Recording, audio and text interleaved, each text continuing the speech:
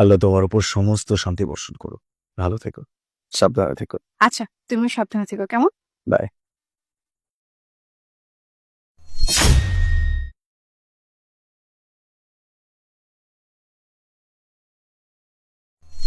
আচ্ছা, কি যেন বলছিলি তুই? মুনা, তোকে একটা কথা বলি, হ্যাঁ? এই জেনারেশন, আই মিন এই সময়ে হাজবেন্ডের পা ধরে কে সালাম করে বলতো? আচ্ছা, তুই কি ইকুয়ালিটিতে বিশ্বাস করিস না? মানে মানেটা হচ্ছে এই যুগে, আই মিন এই জেনারেশনে কে হাজবেন্ডের পা ধরে সালাম করে শুনি? শোন, তুই আর তোর হাজবেন্ড সমান সমান, আই মিন ইকুয়াল।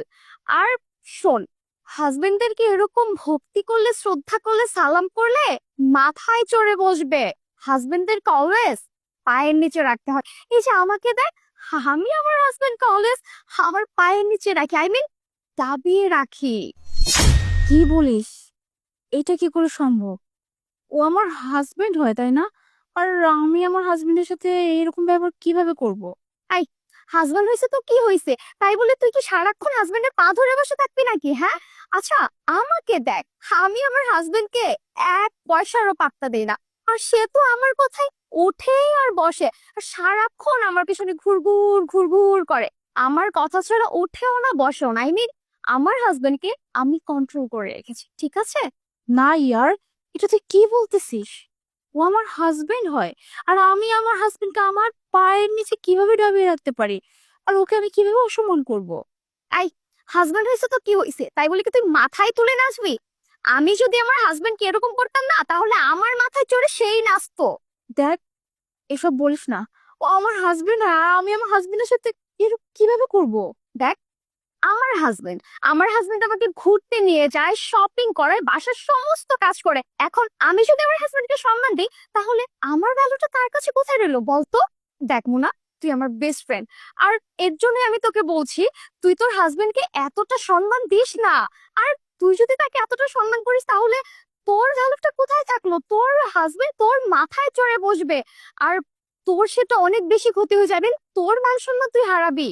শোন, আমার হাজবেন্ড না অনেক ভালো একজন মানুষ, আমার কথা শুনে, আমাকে সম্মান করে।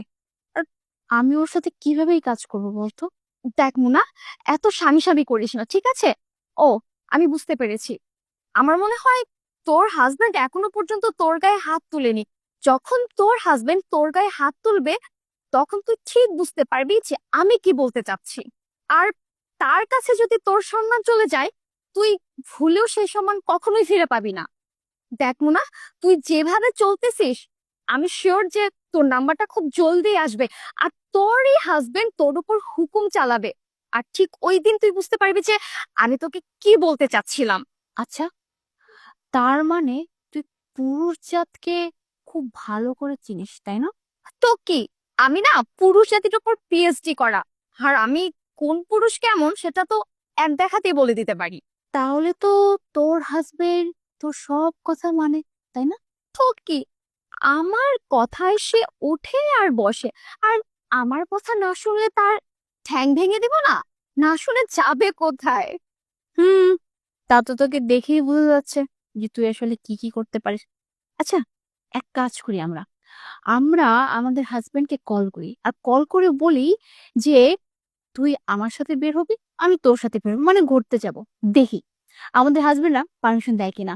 এক কাজ কর, তুই আগে ফার্স্টে কল কর, কল কর। আরে, এটা কোনো কথা নাকি? আমি কেন তাকে কল করতে যাব? আর আমি যেটা বলবো সেটাই রাইট, তাকে কল করার কোনো প্রয়োজন নেই। আর বাই দ্য ওয়ে, আমার তাকে কল করার মুডই নাই এখন, হয়তো বা সে অফিসের কাজে ব্যস্ত। সরি রে। এটা তো কোনো কথা বলে, হ্যাঁ? হাজবেন্ড ওয়াইফের মাঝে আবার ব্যস্ততা কোথায়, হ্যাঁ? শোন, তোর হাজবেন্ড যদি তোকে ভালোই বাসে, যতই ব্যস্ত থাকুক না কেন, তুই কল করলে সাথে সাথে কলটা রিসিভ কর। এই, তুই কল লাগা, কল লাগা।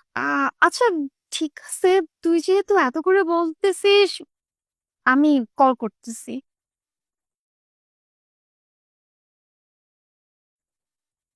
হ্যালো। আচ্ছা শোনো না, আমি আর মুনা আগামীকালকে একটু বাইরে বেরোবো, আমি কি যাব? তোকে একবার লাথি মেরে তোর মাজা ভেঙ্গে বাসায় ফালায় রাখবো। বেদব, তাড়াতাড়ি বাসায় চলে আয়, সন্ধ্যা হওয়ার আগে। ফোন রাখ। আহ আচ্ছা, তাহলে এখন আমি আমার হাজবেন্ডকে কল করি। তুই শোন ও কি বলে।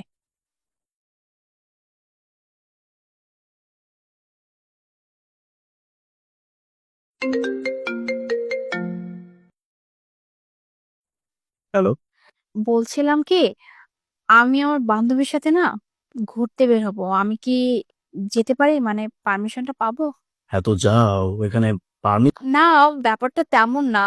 দেখো, আমি জানি তুমি পারমিশন দিবে, কিন্তু তবুও আমি তোমার ওয়াইফ। আমি বের হব আর তোমার কাছে জিজ্ঞেস করব না?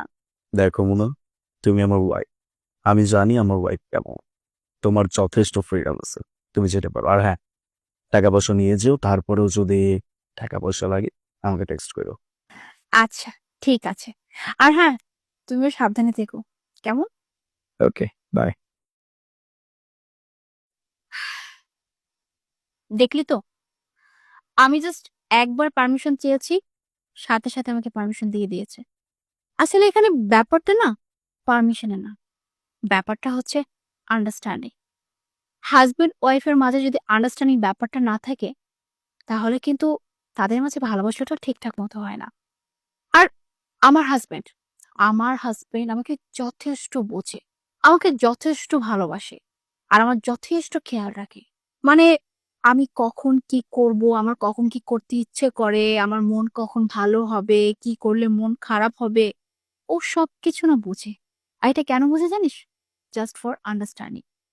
একজন স্বামী স্ত্রীর মাঝে যদি এই ব্যাপারটা থাকে না, তাহলে না ওই স্বামী স্ত্রীর মাঝে কখনো খুনসুটি বা ঝগড়াঝাটি এসব বেশি একটা হয় না। আর তুই কি যেন বলতেছিলি যে ইকুয়ালিটি। আচ্ছা, আমার একটা কথা বলতো, স্বামী স্ত্রীর মধ্যে আবার ইকুয়ালিটি ব্যাপারটা কি? হ্যাঁ, স্বামী স্ত্রীর মধ্যে যদি আমি এই ব্যাপারটাকেই রাখি যে কেউ উপরে আছে কেউ নিচে আছে, তাহলে তাহলে আমাদের মধ্যে যে ভালোবাসা, যে বন্ডিং, এটা কোথায় থাকবে? আর তুই বলতেছিলি না যে আমি আমার হাজবেন্ডকে কেন সালাম করি, এত কেন শ্রদ্ধা করি, এত কেন ভক্তি করি। তুই তো একটা কথা খুব ভালো করেই জানিস যে আমাদের সমাজে বা মুরব্বীরা একটা কথা বলে যে আল্লাহর পরে হচ্ছে মা বাবা, আর মা বাবার পরে হচ্ছে স্বামী। এই যে তুই দেখ, আমাদের বিয়ের পরে স্বামী কিন্তু আমাদের অভিভাবক।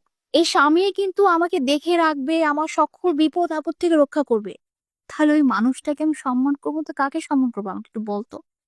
আর তুই যেন কি বলছিলি যে তোর হাজবেন্ডকে তুই দাবিয়ে রাখিস, কোনো সময় সম্মান করিস না, তাকে পায়ের তলায় রাখিস। আজকে যে ব্যাপারটা হলো না, এটা শুধুমাত্র তার জন্য। যেমন তুই তোর হাজবেন্ডকে সম্মান করিস না, তাই তোর হাজবেন্ডও একদম সম্মান করে না। তুই যদি তোর হাজবেন্ডকে প্রপার সম্মান করতি, তাকে ভালোবাসা দিতি, তাহলে আজকে তোর সাথে এভাবে কথা বলতো না।